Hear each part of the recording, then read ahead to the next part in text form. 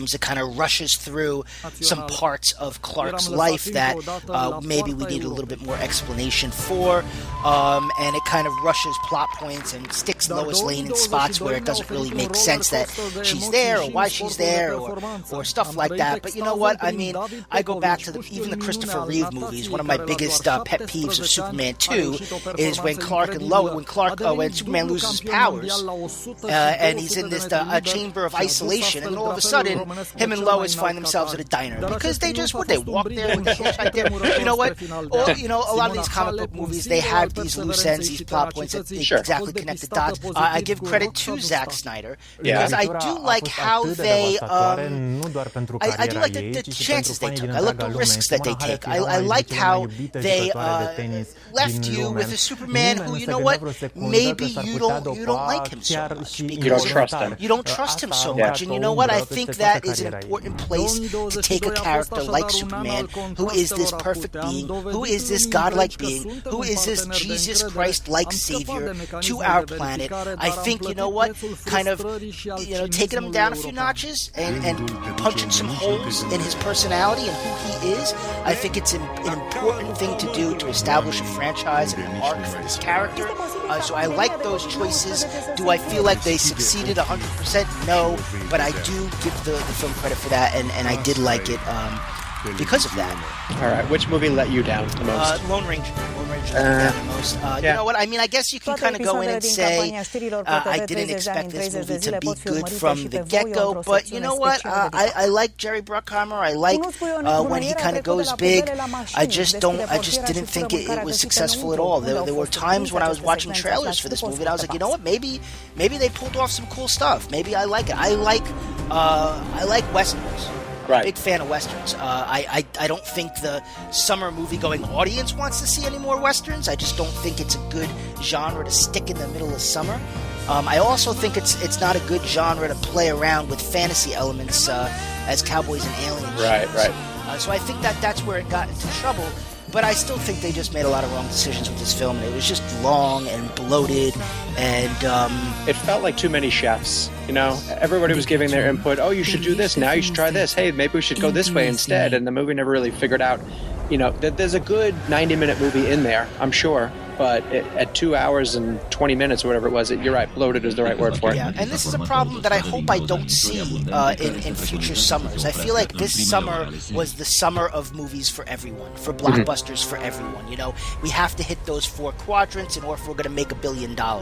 And we're getting these movies that are just safe and for everyone, and don't really feel like they have someone like when I look at Christopher Nolan's 3 Batman movies, I say this is a man that had a vision and executed them and said, "Get out of my way."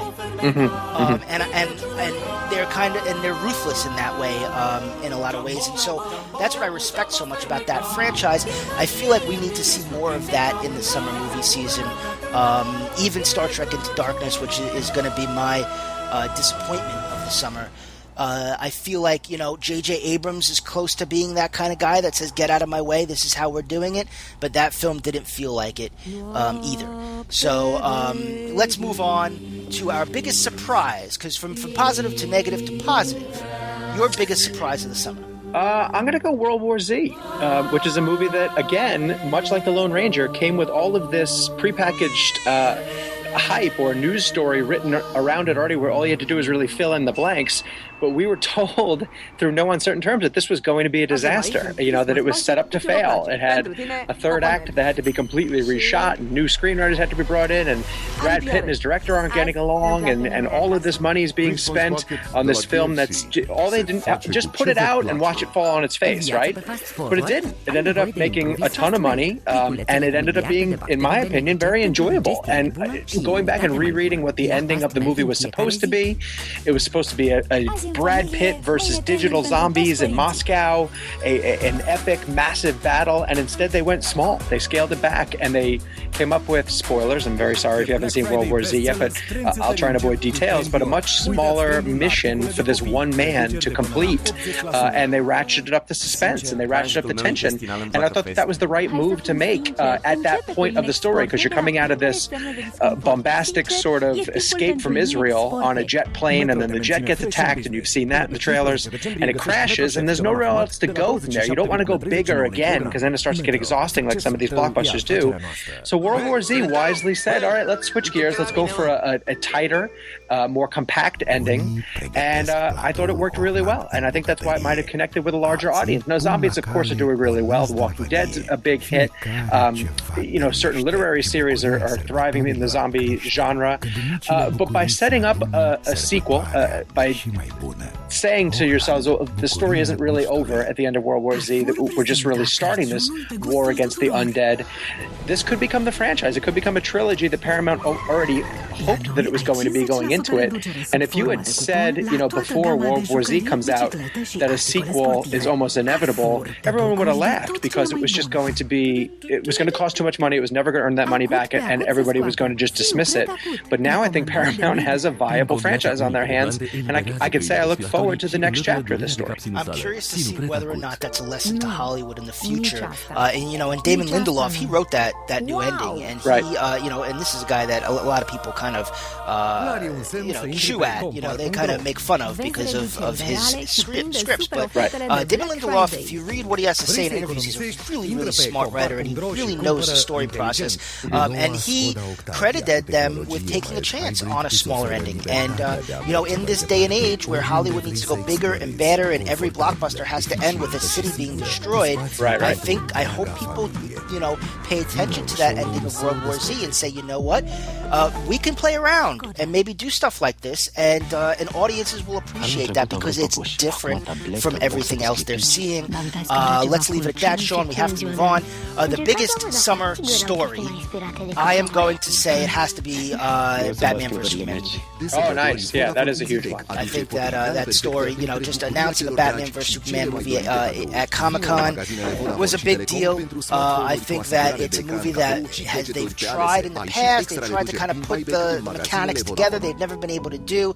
Now that they've set up this Man of Steel, Zack Snyder's Superman universe, they're going to bring Batman in. We're still, as of right now, we're still waiting to find out whether that Batman is going to be Christian Bale. There's rumors that say they're offering money, or somebody new. There's rumors that say they're looking at somebody new. So no matter, every day it's a different rumor. So until they Warner Brothers officially says this is who's playing Batman, we're not going to know. But it's going to be really interesting to follow that movie and see how it progresses and see what they change about Superman, whether or not they take all of that criticism from the ending of Man of Steel, or whether they embrace that and say, no, this is what we're doing with this character. Me personally, I hope they embrace it. I hope we see a flawed Superman in the second one, someone who's trying to redeem some of the actions and some of the harm that he caused at the end of Man of Steel.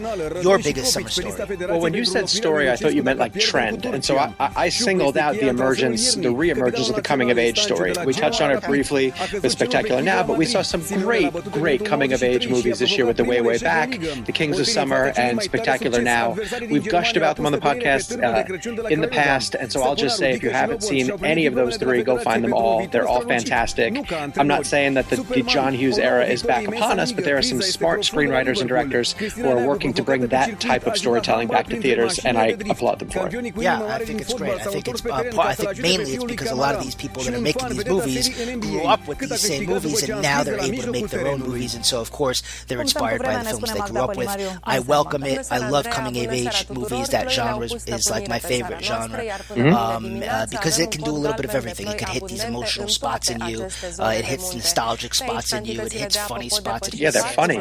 Yeah, they're films that can really hit all of these different emotions inside of you while you're watching them, and those are my favorite kinds of films. Yep. Let's combine these last two. Biggest star and breakout star. Breakout star, I'm going with Michael B. Jordan, who was he was the lead in Fruitvale Station. And again, this is going small, and it's a movie that's been around since Sundance and making some of the festival circuit rounds. But you're going to hear his name for a lot of other projects because he's an extremely talented kid. He's been talked about for the Fantastic Four. If they